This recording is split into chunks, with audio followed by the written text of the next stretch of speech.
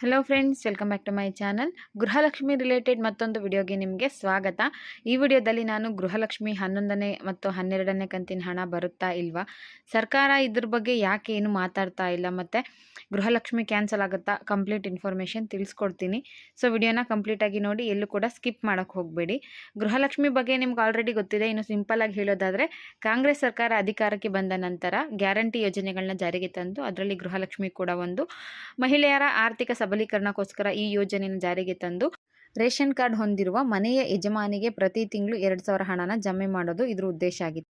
ಈಗಾಗಲೇ 10 ಕಂತುಗಳ ಹಣ ಯಶಸ್ವಿಯಾಗಿ ಜಮೆ ಆಗಿದ್ದು, ಮನೆ ಯಜಮಾನಿಗೆ 20,000 ಹಣ ಜಮೆ ಆಗಿದೆ. 10 ಕಂತು ಅಂದರೆ ನಿಮಗೆ 2,000 ಲೆಕ್ಕ ಹಾಕಿದ್ರೆ 20 ಕಂತಿನ ಹಣ ಜಮೆ ಆಗಿದೆ. 11 ಮತ್ತು 12ನೇ ಕಂತಿನ ಹಣ ಜಮೆ ಮಾಡೋದ್ರಲ್ಲಿ ಸರ್ಕಾರ ಬಹಳ ವಿಳಂಬ ಮಾಡ್ತಾ ಇದೆ. ಲೋಕಸಭಾ ಎಲೆಕ್ಷನ್ಗಿಂತ ಮುಂಚೆ ಒಂದೇ ತಿಂಗಳಲ್ಲಿ ಮತ್ತು ಒಂದೇ ವಾರದಲ್ಲಿ 2 ತಿಂಗಳ ಹಣ ಒಟ್ಟೊಟ್ಟಿಗೆ ಜಮೆ ಮಾಡಿಬಿಡ್ತು. 4,000 ಹಣ ಜಮೆ ಆಯಿತು.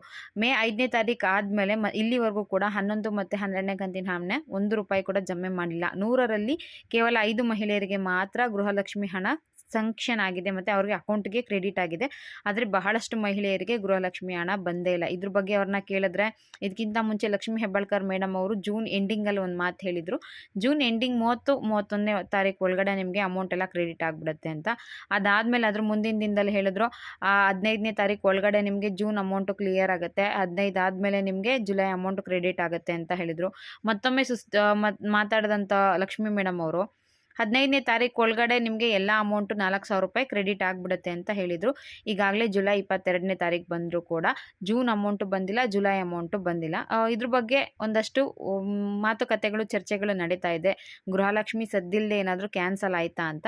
ಯಾಕಂದರೆ ಗೃಹಲಕ್ಷ್ಮಿ ಹಣಕ್ಕೆ ಅಪ್ಲಿಕೇಶನ್ ಹಾಕಿರೋರು ಬಂದು 1,23,00,000 ಜನ ಅರ್ಜಿನ ಸಲ್ಲಿಸ್ಕೊಂಡಿದ್ದಾರೆ.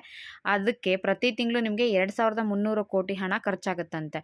ಸೊ ಅಷ್ಟು ಹಣ ಅಡ್ಜಸ್ಟ್ ಮಾಡೋಕ್ಕೆ ಸರ್ಕಾರಕ್ಕೆ ಸ್ವಲ್ಪ ತೊಂದರೆನೇ ಅಲ್ವಾ. ಅವರು SC/ST ಅಭಿವೃದ್ಧಿ ನಿಗಮಕ್ಕೋಸ್ಕರ ಇಟ್ಟಿರೋ ಹಣದಲ್ಲಿ 14,000 ಕೋಟಿನ ಬಳಸ್ಕೊತಾ ಇದ್ದೀವಿ ಅಂತ ಓಪನ್ ಆಗೇ ಹೇಳಿದ್ರು. ವಿರೋಧ ಪಕ್ಷಗಳು ಇದಕ್ಕೆ ವಿರೋಧನ ವ್ಯಕ್ತಪಡಿಸಿದ್ರು ಕೂಡ ಹಣ ಬಂತಲ್ಲ, ಅಡ್ಜಸ್ಟ್ ಆಯ್ತಲ್ಲ, ಹೇಗೋ ಎಲ್ಲ ಖಾತೆಗೆ ಹಾಕೋಣ ಅಂತ ಅವರು ಅಂದ್ಕೊಂಡಿದ್ರು. ಮಹಿಳೆಯರಿಗೂ ಕೂಡ ನಾವು ಹೆಂಗೋ ಬಡವರು, ನಮಗೆ ಸ್ವಲ್ಪ ಅಮೌಂಟು ಸಿಗುತ್ತೆ ಅನ್ನೋ ಖುಷಿಲಿ ಇದ್ದರು. ಆದರೆ ಸರ್ಕಾರ ಹಣ ತಗೊಂಡ್ರೂ ಕೂಡ ಅಕೌಂಟ್ಗಳಿಗೆ ಹಣ ಹಾಕೋದಕ್ಕೆ ಬಹಳ ತಡ ಮಾಡ್ತಾ ಇದೆ. ಇದ್ರ ಬಗ್ಗೆ ಸ್ವತಃ ಲಕ್ಷ್ಮೀ ಹೆಬ್ಬಾಳ್ಕರ್ ಮೇಡಮ್ ಅವರು ಅಥವಾ ಸಿದ್ದರಾಮಯ್ಯ ಅವರು ಕೇಳಿದ್ರೆ, ಗೃಹಲಕ್ಷ್ಮಿ ಅಥವಾ ಯಾವುದೇ ಗ್ಯಾರಂಟಿ ಸ್ಕೀಮ್ಗಳನ್ನ ನಾವು ಯಾವುದೇ ಕಾರಣಕ್ಕೂ ಕ್ಯಾನ್ಸಲ್ ಮಾಡಲ್ಲ, ಪಕ್ಕಾ ಅಮೌಂಟು ಬಂದೇ ಬರುತ್ತೆ ಅಂತ ಹೇಳ್ತಿದ್ದಾರೆ. ಬಟ್ ಅವ್ರು ಹೇಳ್ತಾರಲ್ವ, ಅವ್ರು ಮಾತು ಕೊಟ್ಟಿದ್ದ ಥರ ನಡ್ಕೊತಾ ಇಲ್ಲ. 2-3 ಡೇಸಲ್ಲಿ ಅಮೌಂಟ್ ಬರುತ್ತೆ ಅಂತ ಹೇಳಿದ್ರು ಕೂಡ ಅದು ಬಂದಿಲ್ಲ. ಜೂನ್ ಎಂಡಿಂಗಲ್ಲಿ ಬರುತ್ತೆ ಅಂತ ಹೇಳಿದ್ರು, ಆಗಲೂ ಕೂಡ ಅಮೌಂಟ್ ಬಂದಿಲ್ಲ. ಈಗಾಗಲೇ ಜುಲೈ 23ವರೆಗೂ ನಾವು ತಲುಪಿದ್ದೀವಿ, ಗೃಹಲಕ್ಷ್ಮಿ ಬಂದಿಲ್ಲ. ಕೆಲವು ಮಹಿಳೆಯರು ಹಣ ಬಂದಿದೆ ಅಂತ ಹೇಳಿದ್ದಕ್ಕೆ ಬೇರೆ ಮಹಿಳೆಯರು ಅವ್ರ ಬ್ಯಾಂಕ್ ಪಾಸ್ಬುಕ್ಗಳನ್ನೆಲ್ಲ ತೊಗೊಂಡೋಗಿ ಬ್ಯಾಂಕಲ್ಲಿ ಎಂಟ್ರಿ ಮಾಡಿಸಿ ಕೂಡ ಚೆಕ್ ಮಾಡ್ತಿದ್ದಾರೆ, ನಮಗೇನಾದರೂ ಅಮೌಂಟ್ ಬಂದಿದೆಯಾ ಅಂತ. ಅಫಿಷಿಯಲ್ ಹೇಳಬೇಕು ಅಂದರೆ ಅವರೇ ಒಪ್ಕೊಂಡಿರೋ ಪ್ರಕಾರ ಇನ್ನೂ ಹಣ ಬಂದಿಲ್ಲ. ಈಗ ಎದ್ದಿರೋ ಮತ್ತೊಂದು ಪ್ರಶ್ನೆ ಏನಪ್ಪ ಅಂದರೆ, ಗೃಹಲಕ್ಷ್ಮಿ ಹಣ ಬರುತ್ತಾ ಇಲ್ವಾ ಅಥವಾ ಗೃಹಲಕ್ಷ್ಮಿ ಕ್ಯಾನ್ಸಲ್ ಆಗುತ್ತಾ ಅಂತ. ಇನ್ನು ಆಗಲೇ ಹೇಳ್ದಂಗೆ ಇದಕ್ಕೆ ಬೇಕಾಗಿರೋದು ಪ್ರತಿ ತಿಂಗಳು 2,300 ಕೋಟಿ. ಕೇವಲ ಗೃಹಲಕ್ಷ್ಮಿಗೋಸ್ಕರ ಇಷ್ಟು ಹಣ ಬೇಕಾಗುತ್ತೆ.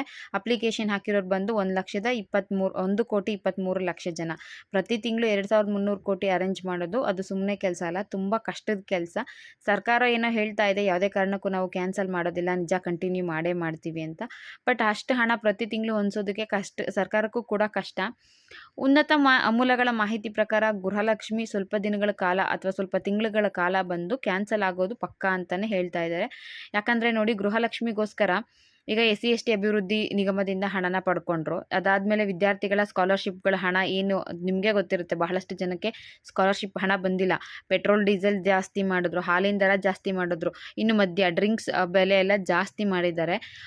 ಸರ್ಕಾರ ಇದಕ್ಕೆ ದುಡ್ಡು ಕೊಡಬೇಕು ಅನ್ನೋ ಉದ್ದೇಶದಿಂದ ಬೇರೆ ಬೇರೆ ಬೆಲೆ ಏರಿಕೆಗಳನ್ನೆಲ್ಲ ಮಾಡ್ತಾ ಇದೆ. ಬಟ್ ಆದರೂ ಕೂಡ ಅಮೌಂಟು ಅಡ್ಜಸ್ಟ್ ಆಗ್ತಿಲ್ಲ ಅನ್ನೋದು ವಾಸ್ತವ. ಇದನ್ನು ನಾವೆಲ್ಲ ಒಪ್ಕೊಳ್ಳೇಬೇಕು. ಸರ್ಕಾರ ಕೂಡ ಒಪ್ಕೊಂಡಿದೆ. ಸರ್ಕಾರದ ಹತ್ರ ಹಣ ಇದ್ದಿದ್ರೆ ಅದು ಯಾಕೆ ಬೇರೆ ಸ್ಕೀಮ್ಗಳಿಂದ ಅಥವಾ SC/ST ಅಭಿವೃದ್ಧಿ ನಿಗಮದಿಂದ ಹಣನ ಇಟ್ಕೊತಾ ಇತ್ತು? ನಾವು ಅದನ್ನು ಯೋಚನೆ ಮಾಡಬೇಕು. ಮತ್ತು ಇರೋ ಎಲ್ಲ ಹಣನ ಅವರು ಗೃಹಲಕ್ಷ್ಮಿಗೆ ವಿನಿಯೋಗ ಮಾಡಿಬಿಟ್ರೆ, ಗೃಹಲಕ್ಷ್ಮಿ ಒಂದೇ ಸ್ಕೀಮ್ಗೆ ಹಾಕ್ಬಿಟ್ರು ಅಂದ್ಕೊಳ್ಳಿ, ಸರ್ಕಾರದ ಹತ್ರ ಇರೋ ಎಲ್ಲ ಹಣನ ಅದಕ್ಕೆ ಹಾಕಿದ್ರೆ ಸರ್ಕಾರ ಅಭಿವೃದ್ಧಿ ಕಾರ್ಯಗಳನ್ನ ಯಾವ ದುಡ್ಡಿಂದ ಮಾಡೋಕ್ಕೆ ಸಾಧ್ಯ ಆಗುತ್ತೆ? ಒಂದು ಪಕ್ಷ ನಿಮಗೆ ಗೃಹಲಕ್ಷ್ಮಿ ಹಣ ಬೇಕೇ ಬೇಕು ಅಂತ ಹಲವಾರು ಮಹಿಳೆಯರು ಹೇಳ್ತಾರೆ, ನಮಗೆ ತುಂಬಾ ಹೆಲ್ಪ್ ಆಗ್ತಿದೆ ಅಂತ. ನಿಮಗೆ ಗೃಹಲಕ್ಷ್ಮಿ ಹಣ ಕೊಟ್ಟರೆ ನಿಮ್ಮೂರಿನ ಕೆಲಸಗಳು ಅಥವಾ ನಿಮ್ಮನೆ ಕೆಲಸಗಳು ಮಾಡೋದಕ್ಕೆ ಸರ್ಕಾರದ ಹತ್ರ ದುಡ್ಡು ಇರೋದಿಲ್ಲ. ಏನೋ ಒಂದು ರೋಡ್ ರಿಪೇರಿ ಇರುತ್ತೆ ಅಂದ್ಕೊಳ್ಳಿ, ಅಥವಾ ನಿಮಗೆ ಮನೆ ಕಟ್ಟಿಸೋ ಯೋಜನೆ ಆಗಿರಬಹುದು, ಭಾಳಷ್ಟು ಯೋಜನೆ ಯೋಜನೆಗಳು ಜಾರಿ ಇದೆ. ಆದರೆ ಅದಕ್ಕೆ ಯಾವುದಕ್ಕೂ ಅವರು ಅಮೌಂಟ್ನ ಕೊಡೋದಿಲ್ಲ. ಕೇವಲ 2,000 ಮಾತ್ರ ನಿಮಗೆ ಕೊಟ್ಟು ಖುಷಿ ಪಡಿಸಬಹುದು. ಅಭಿವೃದ್ಧಿ ಕಾರ್ಯಗಳು ಯಾವುದೂ ಕೂಡ ಆಗೋದಿಲ್ಲ. ಇದು ಒಂದು ಕಡೆ ವಿಚಾರ. ಇದನ್ನು ಸರ್ಕಾರ ಕೂಡ ಯೋಚನೆ ಮಾಡ್ತಾ ಇದೆ. ಎಲ್ಲ ಹಣನ ಇದಕ್ಕೆ ಹಾಕ್ಬಿಟ್ರೆ ಅಭಿವೃದ್ಧಿ ಕಾರ್ಯಗಳು ನಡೆಯೋದಿಲ್ಲ ಅಂದ್ಬಿಟ್ಟು ಈಗಾಗಲೇ ಕಾಂಗ್ರೆಸ್ನ ಹಲವಾರು ಶಾಸಕರು ಈ ಯೋಜನೆ ವಿರುದ್ಧ ಪ್ರತಿಭಟನೆ ಕೂಡ ಮಾಡಿದ್ದಾರೆ. ಆದರೆ ಸರ್ಕಾರ ಇದನ್ನು ಏನಾದರೂ ಕ್ಯಾನ್ಸಲ್ ಮಾಡಿಬಿಡ್ತು ಅಂದರೆ ವಿರೋಧ ಪಕ್ಷಗಳು ನಮ್ಮನ್ನು ಆಡ್ಕೊತಾರೆ ಅನ್ನೋ ಭಯದಲ್ಲೂ ಇದೆ. ಮತ್ತು ಮಾಧ್ಯಮದವರು ಇವ್ರನ್ನ ಆಡ್ಕೊಳ್ಳೋವಂಥ ಪರಿಸ್ಥಿತಿ ಎದುರಾಗುತ್ತೆ ಅಂತ ಅವರೆಲ್ಲ ಕಡೆ ಕಂಟಿನ್ಯೂ ಮಾಡ್ತೀವಿ ಅಂತಲೇ ಹೇಳ್ತಿದ್ದಾರೆ. ಆದರೆ ವಾಸ್ತವವಾಗಿ ನಾವು ಅರ್ಥ ಮಾಡ್ಕೋಬೇಕಾಗಿರೋದು, ಗೃಹಲಕ್ಷ್ಮಿಗೆ ಅಥವಾ ಯಾವುದೇ ಗ್ಯಾರಂಟಿ ಯೋಜನೆಗಳಿಗೆ ಸರ್ಕಾರದ ಬಳಿ ಸಾಕಷ್ಟು ಹಣ ಇಲ್ಲ. ಸೊ ಮುಂದಿನ ದಿನಗಳಲ್ಲಿ ಇದು ಕ್ಯಾನ್ಸಲ್ ಆಗೋದು ತುಂಬಾ ಕನ್ಫರ್ಮ್ ಅಂತಲೇ ತಿಳಿಸ್ತಾ ಇದ್ದಾರೆ. ನೀವು ಹೇಳ್ಬೋದು ಸರ್ಕಾರದವರೇ ಅಥವಾ ಸಿದ್ದರಾಮಯ್ಯ ಅವರೇ, ಲಕ್ಷ್ಮೀ ಹೆಬ್ಬಾಳ್ಕರ್ ಮೇಡಮ್ ಅವರೇ ಹೇಳಿದ್ದಾರೆ ಯಾವುದೇ ಕಾರಣಕ್ಕೂ ಇದು ಕ್ಯಾನ್ಸಲ್ ಆಗಲ್ಲ, ಪಕ್ಕಾ ಕಂಟಿನ್ಯೂ ಮಾಡ್ತೀವಿ ಅಂತ. ಅವ್ರು ಹೇಳಿರೋ ಮಾತಿನ ಪ್ರಕಾರನೇ ನಡ್ಕೊಳ್ಳೋದಾದರೆ ಗೃಹಲಕ್ಷ್ಮಿ ಹಣ 2-3 ದಿನದಲ್ಲಿ ನಾವು ಅಕೌಂಟ್ಗೆ ಹಾಕ್ತೀವಿ ಅಂತ ಹೇಳಿದ್ರು. ಇಲ್ಲಿವರೆಗೂ ಯಾಕೆ ಹಾಕಿಲ್ಲ? ಸಿದ್ದರಾಮಯ್ಯ ಅವರು ಕೂಡ ಹೇಳಿದ್ರು ಅಮೌಂಟ್ ಪಕ್ಕಾ ನಾವು ಹಾಕ್ತೀವಿ ಅಂತ. ಸೊ ಇಷ್ಟು ದಿನ ಯಾಕೆ ಬೇಕಿತ್ತು? ಅಮೌಂಟ್ ಎಲ್ಲ ಇತ್ತು ಅಂದರೆ ಇಷ್ಟು ಬೇಗ ಈಗಾಗಲೇ ಅಮೌಂಟ್ನ ಹಾಕ್ಬೋದಿತ್ತಲ್ವಾ? ಪ್ರತಿ ಸಲ ನೀವು ಅಮೌಂಟ್ ಹಾಕೋದಕ್ಕೆ ಬೇರೆ ನಿಗಮದಿಂದನೋ ಅಥವಾ ಬೇರೆ ಕಡೆಯಿಂದ ಅಮೌಂಟ್ ತೊಗೊಂಡು ಇದರಲ್ಲೇ ಹಾಕ್ಕೊತ ಬಂದರೆ ಬೇರೆಯವರೆಲ್ಲ ಸುಮ್ಮನೆ ಇರ್ತಾರಾ? ಬೇರೆ ಶಾಸಕರೇ ಆಗಿರಬಹುದು, ಸಚಿವರೇ ಆಗಿರಬಹುದು, ನಮಗೆ ಅವ್ರ ಕ್ಷೇತ್ರ ಅಭಿವೃದ್ಧಿಗೆ ಬೇಕಾಗಿರುತ್ತೆ. ಮತ್ತು ಸರ್ಕಾರ ಒಳ್ಳೆ ಕೆಲಸ ಮಾಡಿದ್ರೆ ಮಾತ್ರ ಮುಂದಿನ ಬಾರಿ ಅವ್ರನ್ನ ಗೆಲ್ಲಿಸೋಕೆ ಸಾಧ್ಯ ಅನ್ನೋದು ಎಲ್ರಿಗೂ ಮನವರಿಕೆ ಆಗಿರೋಂಥದ್ದೇ. ಸೊ ಮುಂದಿನ ದಿನಗಳಲ್ಲಿ ಗೃಹಲಕ್ಷ್ಮಿ ಕ್ಯಾನ್ಸಲ್ ಆಗಬಹುದು ಅನ್ನೋ ಒಂದು ಕಡೆ ಮಾತು ಇದೆ. ಇದನ್ನು ಬಿಟ್ಟು ಇನ್ನೊಂದು ವಿಚಾರಕ್ಕೆ ಬರೋದಾದರೆ 11 ಮತ್ತು 12ನೇ ಕಂತಿನ ಹಣ ಯಾವಾಗ ಬರುತ್ತೆ? ಇದು ಪಕ್ಕಾ ಬರುತ್ತಾ ಅಂದರೆ ಹೌದು, ಸದ್ಯದ ಮಟ್ಟಿಗೆ ಇನ್ನೂ ಕೆಲವು ತಿಂಗಳ ಕಾಲ ನಿಮಗೆ ಗೃಹಲಕ್ಷ್ಮಿ ಅಮೌಂಟು ಬಂದೇ ಬರುತ್ತೆ. ಯಾವುದೇ ರೀತಿ ತೊಂದರೆ ಇಲ್ಲ. ಈಗ ಗೃಹಲಕ್ಷ್ಮಿಗೋಸ್ಕರ ಬೇರೆ ನಿಗಮದಿಂದ 14,000 ಕೋಟಿನ ಅವರು ತೊಗೊಂಡಿದ್ದಾರೆ ಅಲ್ವಾ? ಆ ಹಣ ಖರ್ಚಾಗೋವರೆಗಾದರೂ ಕೂಡ ನಿಮಗೆ ಗೃಹಲಕ್ಷ್ಮಿ ಅಮೌಂಟ್ನ ಕೊಟ್ಟೇ ಕೊಡ್ತಾರೆ. ಅದಾದಮೇಲೆ ಸರ್ಕಾರ ಬೇರೆ ಅಭಿವೃದ್ಧಿ ಕಾರ್ಯಗಳಿಂದ ಹಣ ಪಡ್ಕೊಳ್ಳುತ್ತಾ ಅಥವಾ ಇದರಲ್ಲಿ ಏನಾದರೂ ಚೇಂಜಸ್ ಮಾಡುತ್ತಾ ಅಂತ ಮುಂದಿನ ದಿನಗಳಲ್ಲಿ ನಾವು ಕಾದು ನೋಡಬೇಕಾಗತ್ತೆ. ಸರ್ಕಾರದ ಮಟ್ಟಿಗೆ CM ಸಿದ್ದರಾಮಯ್ಯ ಆಗಿರಬಹುದು, ಲಕ್ಷ್ಮೀ ಹೆಬ್ಬಾಳ್ಕರ್ ಮೇಡಮ್ ಅವರು ಗೃಹಲಕ್ಷ್ಮಿಲಿ ಯಾವುದೇ ಚೇಂಜಸ್ನ ನಾವು ಮಾಡಲ್ಲ ಅಂತ ಹೇಳ್ತಿದ್ದಾರೆ. ಬಟ್ ಅವರು ಓಪನ್ ಆಗಿ ಇದನ್ನೆಲ್ಲ ಚೇಂಜಸ್ ಮಾಡ್ಕೋತೀವಿ ಅಂತ ಹೇಳೋಕ್ಕಾಗಲ್ಲ ಅಲ್ವಾ? ಒಳಗಡೆ ಇದು ಚೇಂಜಸ್ ಆಗೋ ನಿರೀಕ್ಷೆಗಳು ಇದ್ದಾವೆ ಅಂತ ಕೂಡ ನಮಗೆ ಮಾಹಿತಿ ಸಿಗ್ತಾ ಇದೆ. ಈಗಾಗಲೇ ನೋಡಿ, ಗೃಹಲಕ್ಷ್ಮಿ ಈ ವಿಚಾರಕ್ಕೆ ಹಣ ಅವ್ರಿಗೆ ಹೆಚ್ಚಿಗೆ ಹೊರೆ ಆಗ್ತಿರೋದ್ರಿಂದ ಇಷ್ಟು ವರ್ಷ BPL ರೇಷನ್ ಕಾರ್ಡ್ನ ರದ್ದು ಮಾಡದೇ ಇದ್ದವರು ಈಗ BPL ರೇಷನ್ ಕಾರ್ಡ್ ರದ್ದು ಮಾಡೋಕ್ಕೆ ನಿಂತಿದ್ದಾರೆ. ಈಗಾಗಲೇ ಸದ್ಯಲ್ಲದೆ 4 ಅಥವಾ 3 ಲಕ್ಷ BPL ರೇಷನ್ ಕಾರ್ಡ್ ರದ್ದಾಗೋ ಮಾಹಿತಿ ಸಿಕ್ಕಿದೆ. 40 ಲಕ್ಷ BPL ರೇಷನ್ ಕಾರ್ಡಲ್ಲಿ ಒಂದಷ್ಟು ಜನದ್ದು APLಗೆ ಹೋಗುತ್ತೆ, ಮತ್ತೊಂದಷ್ಟು ಜನದ್ದು ಕ್ಯಾನ್ಸಲ್ ಆಗುತ್ತೆ ಅನ್ನೋ ಇನ್ಫಾರ್ಮೇಷನ್ ಕೂಡ ಸಿಕ್ಕಿದೆ. ಸೊ ಅವರು ಹೊರೆನ ಕಮ್ಮಿ ಮಾಡ್ಕೊಳ್ಳೋಕ್ಕೆ ಯಾವ್ಯಾವ ರೀತಿ ಸಾಧ್ಯ ಆಗುತ್ತೋ ಆ ರೀತಿಯಾಗಿ ಹೊರೆ ಕಮ್ಮಿ ಮಾಡ್ಕೋಬಹುದು ಅಥವಾ ಗೃಹಲಕ್ಷ್ಮಿ ನಿಂತೋಗೋ ಚಾನ್ಸಸ್ ಕೂಡ ಜಾಸ್ತಿ ಇದೆ.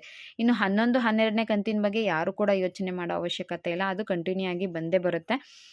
ಸ್ವಲ್ಪ ತಿಂಗಳ ಕಾಲ ಯಾವುದೇ ಡೌಟ್ ಇಲ್ಲ, ನಿಮಗೆ ಅಮೌಂಟ್ ಅಂತೂ ಬಂದೇ ಬರುತ್ತೆ. ವಿಡಿಯೋ ನೋಡ್ತಿರೋ ನಿಮ್ಗೆ ಯಾರಿಗಾದರೂ ಏನು ಅನಿಸುತ್ತೆ? ಗೃಹಲಕ್ಷ್ಮಿ ಮುಂದಿನ ದಿನಗಳಲ್ಲಿ ಬರಬೇಕಾ ಅಥವಾ ಕ್ಯಾನ್ಸಲ್ ಆಗಬೇಕಾ ಅನ್ನೋದು ನಿಮ್ಮ ಒಪಿನಿಯನ್ ಕೂಡ ತಿಳಿಸಿ. ಯೋಚನೆ ಮಾಡಿ ಡಿಸಿಷನ್ ತೊಗೊಳ್ಳಿ. ಏನಕ್ಕೆ ಅಂದರೆ ನಿಮಗೆ ಕೇವಲ 2,000ಗಳು ಮಾತ್ರ ಕೊಡ್ತಾರೆ, ಆದರೆ ಬೇರೆ ಬೆಲೆ ಏರಿಕೆ ಎಲ್ಲ ಮಾಡ್ತಾ ಇದ್ದಾರೆ. ನಿಮ್ಮ ಮಕ್ಕಳೇ ಇದ್ದರೂ ಕೂಡ ಅವ್ರಿಗೆ ಸ್ಕಾಲರ್ಶಿಪ್ಗಳನ್ನೆಲ್ಲ ಹೋಲ್ಡ್ ಮಾಡ್ತಾ ಇದ್ದಾರೆ. ಸ್ಕಾಲರ್ಶಿಪ್ಗಳು ಕರೆಕ್ಟ್ ಟೈಮಾಗಿ ಬರ್ತಾ ಇಲ್ಲ, ಮತ್ತು ಪಿಂಚಣಿ ಅಮೌಂಟ್ಗಳು ಬರ್ತಾ ಇಲ್ಲ ಅನ್ನೋ ಮಾಹಿತಿ ಕೂಡ ಸಿಗ್ತಾ ಇದೆ. ಸೊ ನಿಮಗೆ ಗೃಹಲಕ್ಷ್ಮಿ 2,000 ಹಣ ಕೊಟ್ಟು ಬೇರೆ ಕಡೆಯಿಂದ ನಿಮ್ಮ ಹಣನ ಕಿತ್ಕೊತಾ ಇದ್ದಾರೆ ಅನ್ನೋದು ಒಂದು ಕಡೆ ಆದರೆ, ಬೇರೆ ಕೆಲಸಗಳು, ನಿಮ್ಮ ಅಭಿವೃದ್ಧಿ ಕೆಲಸಗಳು ಕೂಡ ನಡೆಯೋದಿಲ್ಲ ಅನ್ನೋದು ಕೂಡ ಒಂದು ಕಡೆ ಇದೆ. ಸೊ ನಿಮಗೆ ಏನು ಅನಿಸುತ್ತೆ ಅನ್ನೋದನ್ನ, ನಿಮ್ಮ ಒಪಿನಿಯನ್ನ ನನಗೆ ಕಮೆಂಟ್ ಬಾಕ್ಸಲ್ಲಿ ತಿಳಿಸಿ. ಇದಿಷ್ಟು ಗೃಹಲಕ್ಷ್ಮಿ ಬಗ್ಗೆ ಮಾಹಿತಿ ಆಗಿತ್ತು. ವಿಡಿಯೋ ಇಷ್ಟ ಆಗಿದ್ದರೆ ಮಿಸ್ ಮಾಡದೆ ಒಂದು ಲೈಕ್ ಮಾಡಿ ಮತ್ತು ಸಬ್ಸ್ಕ್ರೈಬ್ ಮಾಡಿ. Thank you for watching friends.